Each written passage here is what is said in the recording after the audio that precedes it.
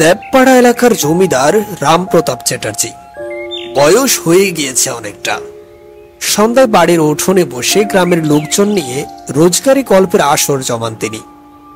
আজ কাউকে দেখছেন না, তাই হুক্কা হাতে নিয়ে টানতে লাগলেন আর তার চাকর শশীকে ডেকে বললেন, শশী, তুই কই গেলি রে? এক খিলি পান নিয়ে আয় তো। এরই মধ্যে ভুবন নামের এলাকার একজন লোক আসে জমিদার বাড়িতে। চ্যাটার্জি মশাই তাকে দেখে বললেন, আরে ভুবন যে, অনেকদিন পর দেখলাম তোমায়। আর খুঁড়িয়ে খুঁড়িয়ে হাঁটছিলে যে, পায়ে চোট পেয়েছো নাকি? আর চোটের কথা বলবেন না, যা দিনকাল পড়েছে, এ অবধি যে আসতে পেরেছি এই ঢের। তোমায় আর সেরকম দেখা যায় না ভুবন। অন্য কোথাও কাজে লেগেছো বুঝি? সে অনেক কথা, সেই কথাই তো শোনাতে এলাম চ্যাটার্জি মশাই। শোনাও দেখি, কি শোনাবে? বেশ শীত শীত লাগছে। শীত লাগছে? কই না তো, এ দেশে বৃষ্টি নেই।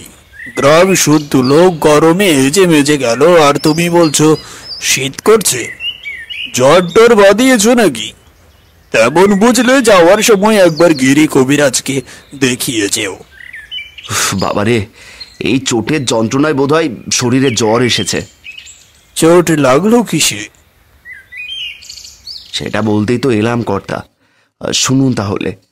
অনাবৃষ্টির কারণে গায়ের অবস্থা তো আপনারা সকলেই উপলব্ধি করতে পারছেন। দিঘি, নালা, পুকুর সব জলশূন্য হয়ে পড়ে রয়েছে। তীব্র খরার ফলে সবার ঘরে অভাব দেখা দিয়েছে। মানুষের হাতে পয়সাও নেই। বেঁচে থাকাটাই যেখানে দায়, সেখানে পেশা বদল করা ছাড়া আমার আর কোনো উপায় ছিল না। আর তাছাড়া জলই যখন শূন্য, আমি মাছ কোথায় পাবো? তাই মনস্থির করলাম, যে কটা দিন মাছ ধরা বন্ধ থাকছে সে কটা দিন আর নিজের অন্ন জোগানোর মতো কাজ করব। তাই বউকে তার বাবার বাড়ি পাঠিয়ে দিলাম। বর্ষা নামলে আবার ফিরিয়ে আনবো। তারপর থেকে রোজ উঠোনে বসে আকাশের দিকে তাকিয়ে থাকি, এই বুঝি মেঘ হলো। কিন্তু প্রতিদিনই আশাহত হতে হয়। তো একদিন সবে সন্ধে নেমেছে, সেই সময় আলো আঁধারের মধ্যে দিয়ে দেখলাম একজন আমার বাড়ির দিকে এগিয়ে আসছে। এরপর আমার বেড়ার সামনে এসে সে হাঁক দিল, ভুবন, ও ভুবন, এ বাড়ি আছো গো? গলার স্বরটা চেনা চেনা লাগলো। কাছে গিয়ে দেখলাম আগন্তুক অচেনা নয়। একসময় কাজের ফাঁকে ফাঁকে তার সাথে কথাবার্তা হতো। আমি বললাম, আরে মধু যে, তো পথ ভুল করে এলে না তো ভাইয়া? আরে এসো এসো। মধু আমার পেছনে পিছনে হেঁটে আসার সময় জবাব দিল, পথ ভুল নয় গো, পথ ভুল নয়, একটু দরকারেই এসেছি। আমি তাকে পিঁড়িতে বসতে দিলাম। সে ঢোক গিলে বলল, একটু জল হবে ভাই, বড্ড তেষ্টা পেয়েছে।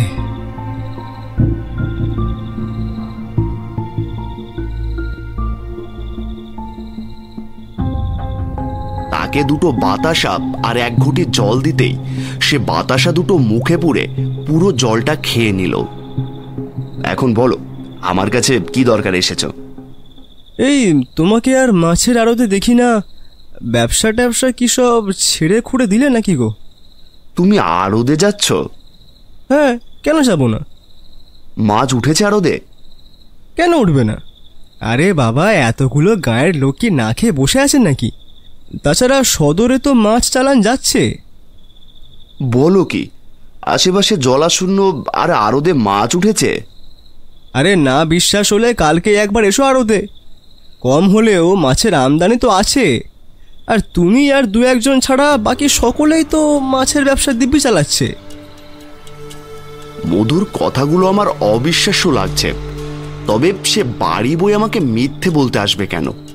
এইসব ভাবছি, এমন সময় মধু বলে উঠল, কি ভাবছো ভুবন? ভাবছি তোমরা মাছ পাচ্ছ কোথায়। আরে তোমার এই প্রশ্নের উত্তর দিতেই তো আমি এখানে এসেছি ভুবন। দেশে মাছ নেই এটা সত্য, তাই বলে তোমার মতন কেউ ঘরে বসে নেই। আরে সবাই মাছ ধরতে যাচ্ছে ওই তালডাঙ্গার ঘোলা নদীতে। ঘোলা নদী? হ্যাঁ, আরে সারা বছর ওই নদী ঘোলা থাকে, তাই জন্য ওটাকে সবাই ঘোলা নদী বলে। ওই জল পান করার অযোগ্য, স্নান করবারও উপায় নেই, এত ঘোলা। তবে হ্যাঁ, প্রচুর মাছ পাওয়া যায়। এত খরাতেও জলে কিন্তু সামান্য ভাটা পড়েনি ভায়া। খবরটা মাছের আড়তের কজনের থেকে আমার কানে চলে এলো। দেখো তুমি যাবে কিনা বলো। তবে তালডাঙ্গা এখান থেকে অনেকখানি দূর। তবে হ্যাঁ, একবার গেলে যে মাছ পাবে তাতে দিন সাতেক তোমার দিব্যি চলে যাবে। মাছ ধরা আমাদের পারিবারিক পেশা। বাবার সাথে ছোটবেলা থেকে মাছ ধরেছি। একটা দিন মাঠে ঘেটে শরীরে যেন একদম বল নেই। মধুর মুখে আবার মাছ ধরার কথা শুনে ভেতরটা যেন নেচে উঠল। আমি মধুর প্রস্তাবে রাজি হয়ে গেলাম। আমার সম্মতি পেয়ে সে বলল, বেশ বেশ বেশ, তবে কাল সন্ধ্যাবেলায় তৈরি থেকো, আমি এসে তোমাকে নিয়ে যাব। ও হ্যাঁ, ভালো কথা, দেখেছো? আরে আসল কথাখানাই তোমাকে বলতে ভুলে গেলাম। শোনো, যাওয়ার সময় সঙ্গে 16 আনা আর কয়েকটা কড়ি নিও। সেসব তো তোমার কাছে আছে নাকি? হ্যাঁ, কিন্তু সেসব দিয়ে কি হবে? আরে গেলেই বুঝতে পারবে। এটা বলে মধু উঠে গেল। যাওয়ার আগে আরো এক ঘুঁটি জল খেয়ে গেল।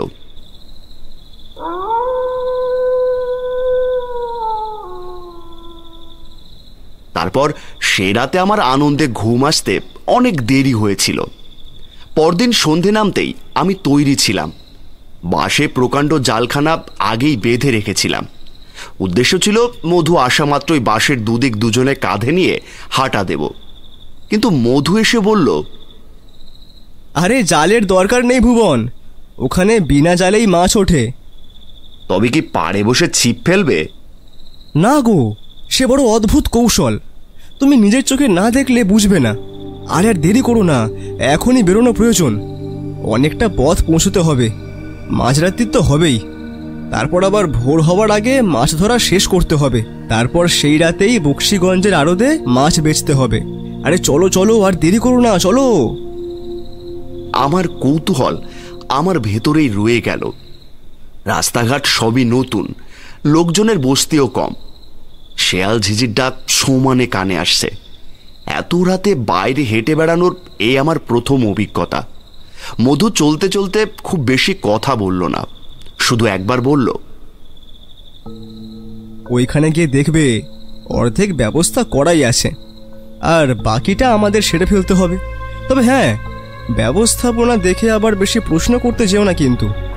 এইভাবে অসময়ে মাছ ধরতে যাচ্ছ, সব কিছুই তোমার নতুন ঠেকতে পারে। ওইসব না ভেবে কাজে মনটা দিও, কেমন?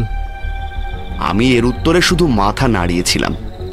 অনেকটা পথ পাড়ি দেওয়ার পর মধু হাতের আঙুল ইশারা করে বলল, ওই যে কালো রেখা দেখতে পাচ্ছ, ওইটা তালডাঙ্গার জঙ্গল। ওর ভেতর থেকে বয়ে গেছে ঘোলা নদী। আমরা পৌঁছে গেছি, আর খানিকটা হাঁটলেই আমরা একেবারে নদীর ধারে পৌঁছে যাব। এরপর জঙ্গল ভেদ করে ধীরে ধীরে ঘোলা নদীর পাড়ে পৌঁছালাম। চাঁদের আলোয় নদীর জল মিশকালো কালো দেখাচ্ছে। আমাকে জলের দিকে একদৃষ্টিতে তাকিয়ে থাকতে দেখে মধু বলল, কি দেখছো ভুবন? চারিদিকে খরা চলছে, তাও এই নদীতে এমন ঘন কালো জল খেলা করছে কিভাবে বলো তো? সবই প্রকৃতির খেল গো ভুবন।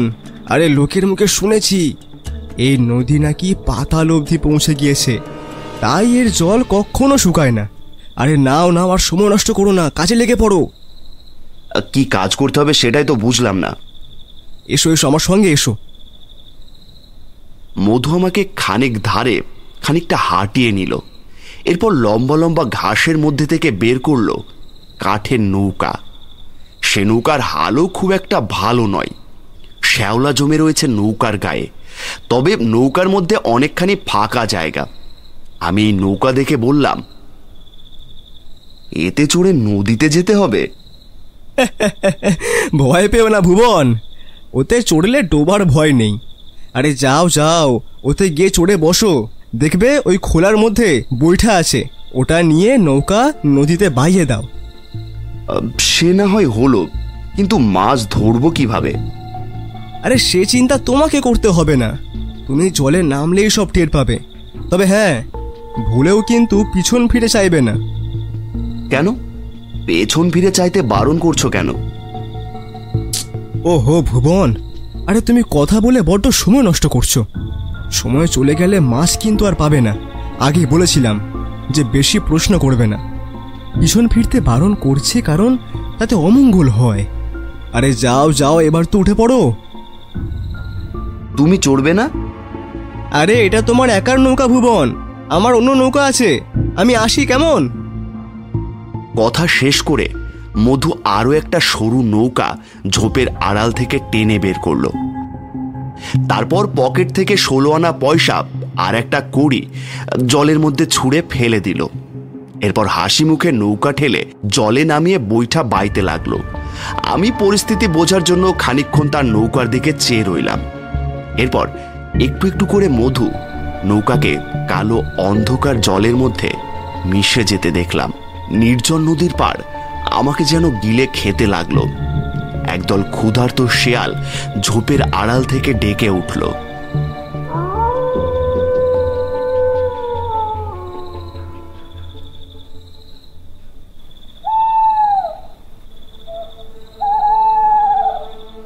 খানিক বাদে একটা নিশাচর পাখি কর্কশ শব্দে ডাকতে ডাকতে চলে গেল আমার মাথার উপর দিয়ে।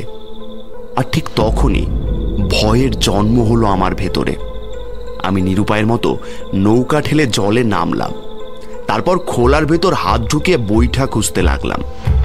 বৈঠা খোঁজার সময় হাতে হিমশীতল কিছু একটার স্পর্শ পেয়ে আমার সমস্ত শরীর কেমন যেন চমকে উঠল।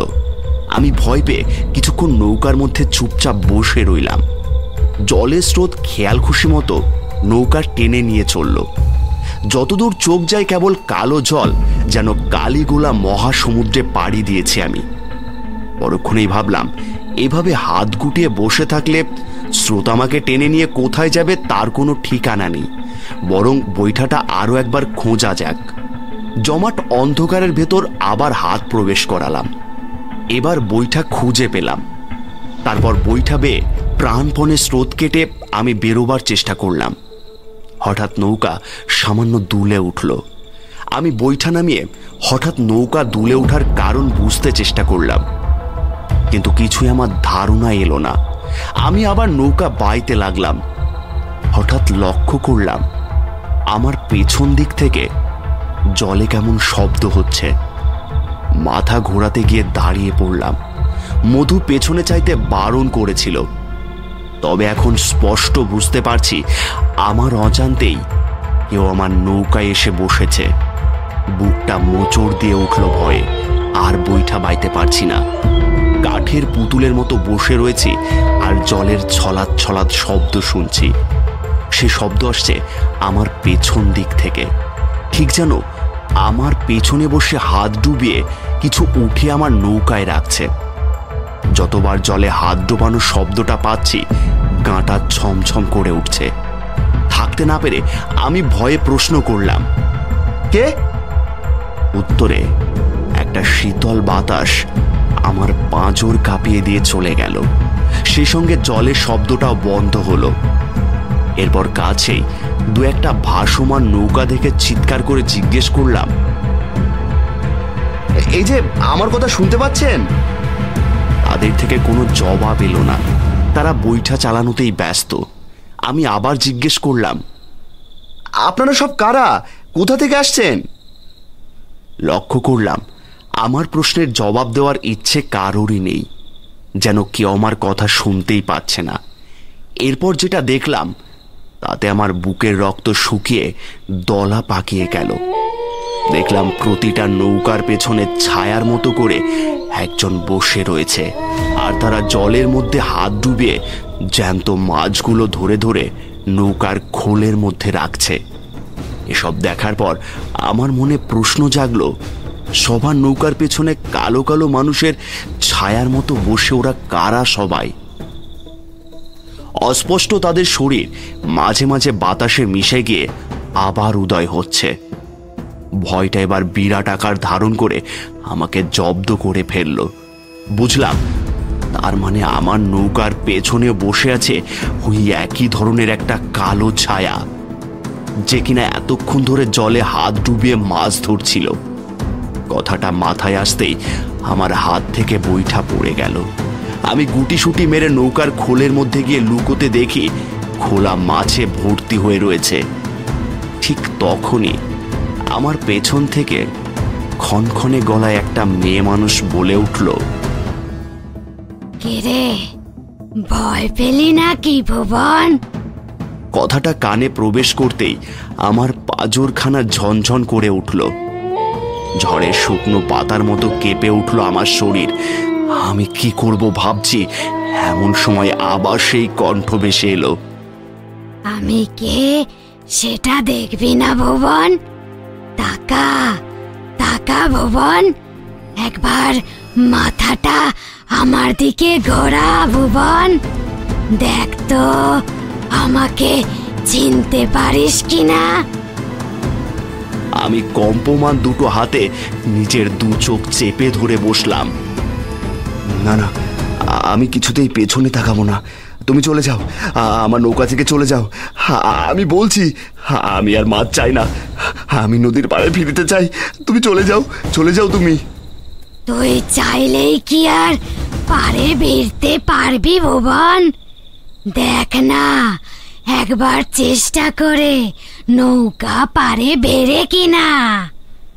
আমি আবার বৈঠা দিয়ে জল টেনে দেখলাম নৌকা এক তিলও নড়ল না। আমার অসহায় অবস্থা দেখে বিকট শব্দে হেসে উঠল সেই জমাট অন্ধকার। এরপর আমি প্রাণ ভয়ে জলে ঝাঁপ দেওয়ার জন্য উঠে দাঁড়াতেই নারী কণ্ঠটি বলে উঠল, ভুলেও জলে ঝাঁপ দিস না, ওই ঘোলা জলে তলিয়ে গিয়ে পচে মরবি। বাঁচতে চাইলে নৌকাতেই থাক। আমার কথা শোন ভুবন, পিছন ফিরে তাকা আমার দিকে। এই ভয়ঙ্কর গলার প্রত্যেকটা শব্দ কানে প্রবেশ করার সঙ্গে সঙ্গে আমার বুকের বাঁদিকে যেন হাতুড়ির আঘাত পড়ছে। চতুর্দিক বিপদ আমায় ঘিরে রেখেছে। জলে লাফিয়ে পড়তে পারবো না, নৌকায় থাকলে এমনি মারা পড়ব, অর্থাৎ সব পরিস্থিতিতেই আমার মৃত্যু নিশ্চিত। এটা উপলব্ধি করে আমার চোখ থেকে জল এলো। আমি বাঁচবার আশায় সর্বশক্তি দিয়ে চিৎকার করতে লাগলাম, ভাই মধু, কোথায় আছো? আমার কথা শুনতে পাচ্ছ? আমাকে বাঁচাও মধু, আমি মরতে চাই না, আমি মরতে চাই না। তুমি আমাকে এই নদীতে নিয়ে এলে কেন? আমি মাছ চাই না, আমাকে তুমি পাড়ে নিয়ে চলো মধু, আমাকে পাড়ে নিয়ে চলো। আমার কান্না মিশ্রিত চিৎকার শুনে হো হো করে হেসে উঠল সেই জমাট অন্ধকার। তোর ডাক কেউ শুনতে পাবে না, কেউ না। আমার কথা শোন, আমার দিকে তাকা। তোকে মাছ দিয়েছি, আরো দেব। আমার দিকে তাকা, ভয় নেই, আমি তোকে পাড়ে পৌঁছে দেব। বুঝলাম, মৃত্যু পথযাত্রী হয়ে সেই অশরীরের কথা মেনে নেওয়া ছাড়া আমার কাছে আর বেঁচে ফিরবার দ্বিতীয় কোনো রাস্তা নেই। এদিকে চাঁদ মাটির অনেকটা কাছে নেমে এসেছে, অর্থাৎ রাতেরও আর বেশি বাকি নেই। আর কিছুক্ষণ পরে পূব আকাশে অল্প অল্প আলো ফুটতে শুরু করবে। তাকা বলছি, পেছন ফিরে তাকা ভুবন। পাড়ে ভিড়তে চাইলে আমার দিকে মুখ ফিরিয়ে দেখ। ভয়ে হাত পা আমার ছোট হয়ে শরীরের সাথে জুড়ে যেতে চাইছে। আমি চোখ বুজে আস্তে আস্তে সমস্ত শরীর ঘোরালাম পেছন দিকে। অশরীরী চিৎকার করে হেসে উঠল। তারপর চোখ খুলে আবছা আলোয় দেখলাম আমার সামনে একজন নারী বসে আছে। পরনে লাল পেড়ে সাদা শাড়ি, তার এলোমেলো চুলগুলো চতুর্দিকে ভেসে গিয়ে রাতের অন্ধকারে যেন মিশে গিয়েছে। এক মাথা রক্তিম সিঁদুর, চোখ জোড়া নজরে পড়ল না। সেখানে যেন অন্ধকারের বাসা। সেই ভয়ঙ্করী ডান হাতে একটা কাঁচা মাছ নিয়ে চিবিয়ে চিবিয়ে খাচ্ছে, আর মাঝে মধ্যে খিলখিলিয়ে হাসছে। এ আমার খুব চেনা একটা মুখ। রোজ না হলেও মাঝে মধ্যেই মুখের সঙ্গে আমার পরিচয় ছিল। গ্রামে ঘুরে ঘুরে মাছ বিক্রির সময় কতবার তাকে দেখেছি। ভয়ে মাথায় জট পাকিয়ে থাকায় কিছুতেই তার পরিচয় আমার মনে পড়ছে না, কিন্তু মন বলছে একে আমি আগেও দেখেছি। আমাকে চিন্তায় ডুবে থাকতে দেখে মেয়েটি বলে উঠল, কিরে, আমাকে চিনতে পারলি? এক ঝটকায় মনে পড়ে গেল এ তো নবাবগঞ্জের মালতী। মুখটা পরিচিত হওয়ায় ভয় সামান্য হলেও কমল। আমি জিজ্ঞেস করলাম, মালতী, তুমি এখানে? তোমার এমন অবস্থা কেন? আমার কথা শুনে মালতীর হাতের আধ খাওয়া মাছটা নৌকার খোলার মধ্যে পড়ে গেল। আমাকে চিনতে পেরেছিস তাহলে? হ্যাঁ, তুমি তো মালতী। ঘোষপাড়ায় মথুরা ঘোষের সাথে তোমার বিয়ে হয়েছিল। তোমার বিয়েতে তো আমি মাছ দিয়েছিলাম, কিন্তু তোমার এই হাল হলো কি করে মালতী? মালতী আমার কথা শুনে চুপ করে রইল। দেখলাম ধীরে ধীরে সে সশরীরে আমার কাছে উপস্থিত হলো। এবার তাকে স্পষ্ট দেখতে পাচ্ছি। আমার ভয় আরো একটু কমল।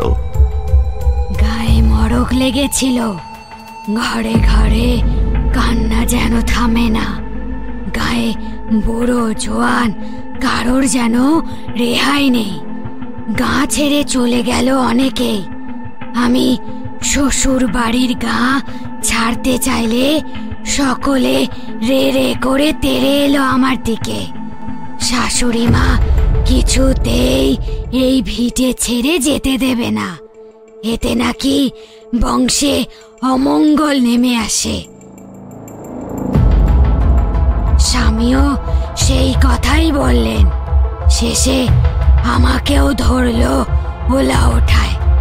সকলে আমাকে ছোট ঘরে বন্দি করলো। কেউ খোঁজ খবর নিতেও আসতো না। একা একা আলো বাতাসহীন ঘরে ক্ষুধার্ত অবস্থায় পড়ে থাকতে থাকতে আমার প্রাণটা দেহ ছাড়লো। মরার সময় মুখে এক ফোঁটা জলও জোটেনি। মরার 2 দিন পর আমার সৎকার না করে পায়ে দড়ি বেঁধে নদীর জলে ফেলে দিয়ে যায়। সেই থেকেই রয়ে গেলাম নদীতে। মালতীর পরিণতি শুনে আমি চুপ হয়ে গেলাম। আমার মুখ ফুটে কোনো কথা বেরোলো না। মালতী আবার বলে উঠল, ঘোলা নদীতে যা কিছু দেখলে সেসব অলৌকিক হলেও সত্যি। এ নিয়ে কারোর সাথে আলাপ আলোচনা করো না কখনো। এ নদীতে এসো না আর। এ ভালো জায়গা নয়।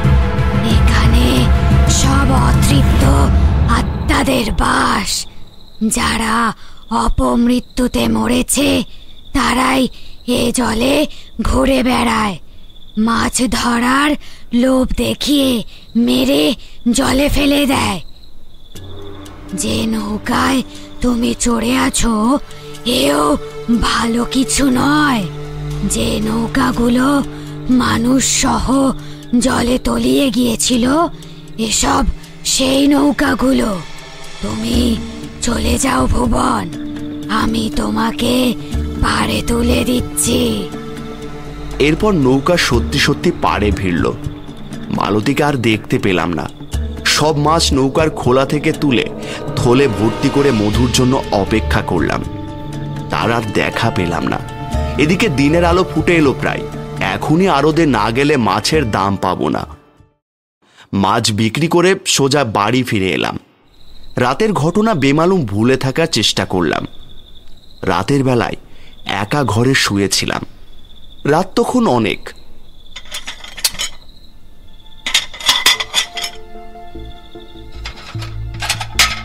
হঠাৎ পচা গন্ধ নাকে আসতেই ওদিকে শুনি আমার রান্নাঘরের বাসনকোসন নড়াচড়ার শব্দ আসছে। ভয় হলো আমার ঘরে চোর ঢুকলো নাকি। চারদিকে অনেক অভাব এই সময়। সদ্য মাছ বিক্রি করা অনেক টাকা রয়েছে আমার ঘরে। এই টাকা গেলে অনাহারে পড়তে হবে আমাকে। রান্নাঘরে গিয়ে দেখে মালতী এসে পিঁড়ি পেতে বসে বাসি খাবার খাচ্ছে। আমাকে দেখে হেসে উঠল একবার। তার ভাঙা ভাঙা কালো দাঁতের হাসি আর অন্ধকার কালো চোখগুলো দেখে আমার বুকের রক্ত একেবারে হিম হয়ে গেল।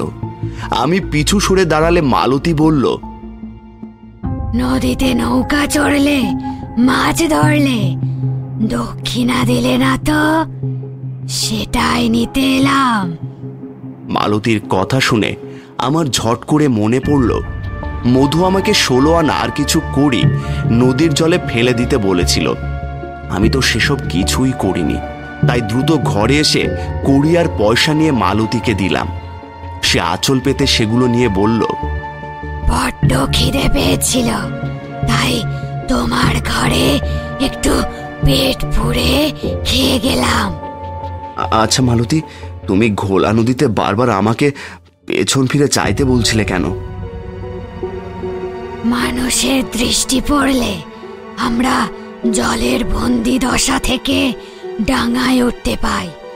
এখন থেকে আমি এই বনে বাঁধারেই ঘুরে বেড়াবো। এরপর মালতী উঠোনে পা ফেলে আধারে মিলিয়ে গেল। বাকি রাতটুকু আমার আর ঘুম এলো না। ভয় পাচ্ছিলাম মালতী আমার ভিটে পর্যন্ত যখন এসে গিয়েছে, সে আমার পিছু হয়তো আর ছাড়বে না।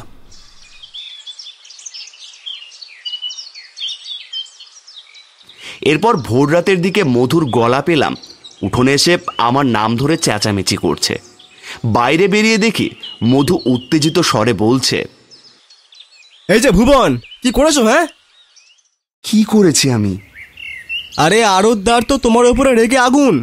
তুমি রাতের আঁধারে মাছ দেখিয়ে যা বেচেছো, দিনের আলো ফুটতেই নাকি সব মাছ সেখানে কাঁটা হয়ে পড়ে রয়েছে। বলো কি? এ কি করে সম্ভব? আমি কি জানি, আড়তদার লোকজন নিয়ে তোমার বাড়ি চড়াও হলো বলে তার পয়সা ফেরত চাই। কিন্তু সে পয়সার অর্ধেক তো খরচ করে ফেলেছি আমি। আরে ভালো চাও তো কেটে পড়ো। পালিয়ে আর যাবো কোথায়? আসুক আড়তদার, তাকে বুঝিয়ে শুনিয়ে সব বলছি। কিন্তু জলজ্যান্ত মাছ কাটা হলো কিভাবে, সেটাই তো বুঝলাম না। আর একটা কথা মধু, ঘোলা নদী তো ভালো জায়গা নয়, এ কথা তুমি আমাকে আগে বলনি কেন? সেখানে তো অশরীরীদের বাস। যেন বললে তুমি আর যেতে না। শোনো, যে ভয় তুমি পাচ্ছ তার কিন্তু কোনো ভিত্তি নেই ভুবন। ওরা নদীতে কেবল তোমার পিছনে এসে বসে, আরে মাছও তো দেয়। ভয়কে একটুখানি জয় করতে পারলে যদি রোজগার করা যায় তবে ক্ষতি কি? আর তুমি কি ভাবছো যে নদীতে না গেলে ওদের সঙ্গে তোমার দেখা হতো না? ওরা সব সময় সবার আশেপাশে থাকে। এই, তুমি আমাকে এমন করে দেখছো কেন? হ্যাঁ, তোমার কি মনে হয় আমি কি মানুষ না ভূত? ওই দেখো, কথা শুনে ভয় পাচ্ছি আবার। আরে ভয় পেও না, বেশি ভয় পেও না। আরে আমি এখন আসি। কথা শেষ করে মধু চলে গেল, কিন্তু তার কথাগুলো মনের মধ্যে ঝড়ের মতো আছড়ে পড়ল। সত্যি মধু আবার? না না, আমার ভুল হচ্ছে। এসব আমি কি ভাবছি? নিজের মনে সারাক্ষণ এটাই ভাবলাম, কিন্তু সারাদিন অপেক্ষা করেও আড়তদার পয়সা চাইতে এলো না। কেন এলো না এর উত্তর আমি অনেক পরে পেলাম।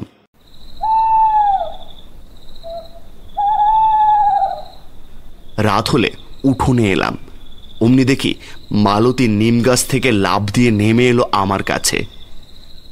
কে গো, আড়তদার এলো না কেন সে কথা ভাবছো? কিচ্ছু ভেবো না, আমি সব সামলে নিয়েছি। আমি ভাবলাম এ তো অনেক বড় মুশকিলে পড়ে গেলাম। মালতী তো আমার পিছু ছাড়ছে না। ওকে জিজ্ঞেস করলাম, মাছগুলো কাটা হলো কিভাবে? ওগুলো তুমি খেয়েছিলে না? আচ্ছা, তুমি কি মধুকে চেনো? হ্যাঁ, অনেক আগে থেকে ঘোলা নদীতে ওকে দেখেছি। আচ্ছা, মধু মানুষ নাকি তোমার মতো?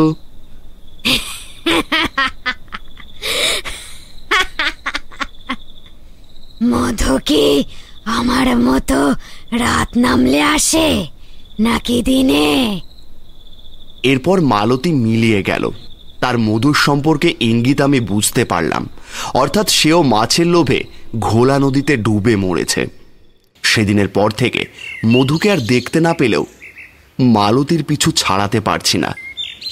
এই দেখুন চ্যাটার্জি মশাই, ওই পেতনি আমার পা থেকে মাংস খুবলে খেয়েছে বলেই আমি হাঁটতে পারছি না। এক কাজ করো, আজ আর বাড়ি যেও না, সোজা মন্দিরে চলে যাও, অথবা আমার বাড়িতেই থাকো। কাল আমি ঠাকুরমশাইকে খবর দিয়ে তাকে সব ঘটনা খুলে বলি, একটা সুরাহা নিশ্চয়ই হবে। আজ তাহলে আসি কর্তা। কিছুক্ষণ পর ভট্টাচার্য মশাই সেখানে আসলেন। আরে ভট্টাচার্য মশাই যে, কি করে আসা হলো? আর বলবেন না, আপনার এলাকার যে ভুবন আছে না, তার নাকি মৃত্যু হয়েছে 2 দিন হলো। ঘরের মধ্যে কে যেন মেরে পুঁতে রেখে দিয়েছে। যুবক ছেলে গো, ওর কথা শুনে মায়া হলো, তাই দেখতে এলাম। গায়ের লোকজন বলা বলি করছে সে নাকি ঘোলা নদীতে মাছ ধরতে গিয়েছিল, সেখানকার মেছো পেতনি নাকি তাকে মেরেছে। এও সম্ভব জমিদার বাবু? এসব বিশ্বাস করা যায়? চ্যাটার্জি মশাইয়ের হাত থেকে হুক্কাটা পড়ে গেল, আর সে ভট্টাচার্যের দিকে অবাক দৃষ্টিতে তাকিয়ে রইল। সে শুধু কাঁপছিল।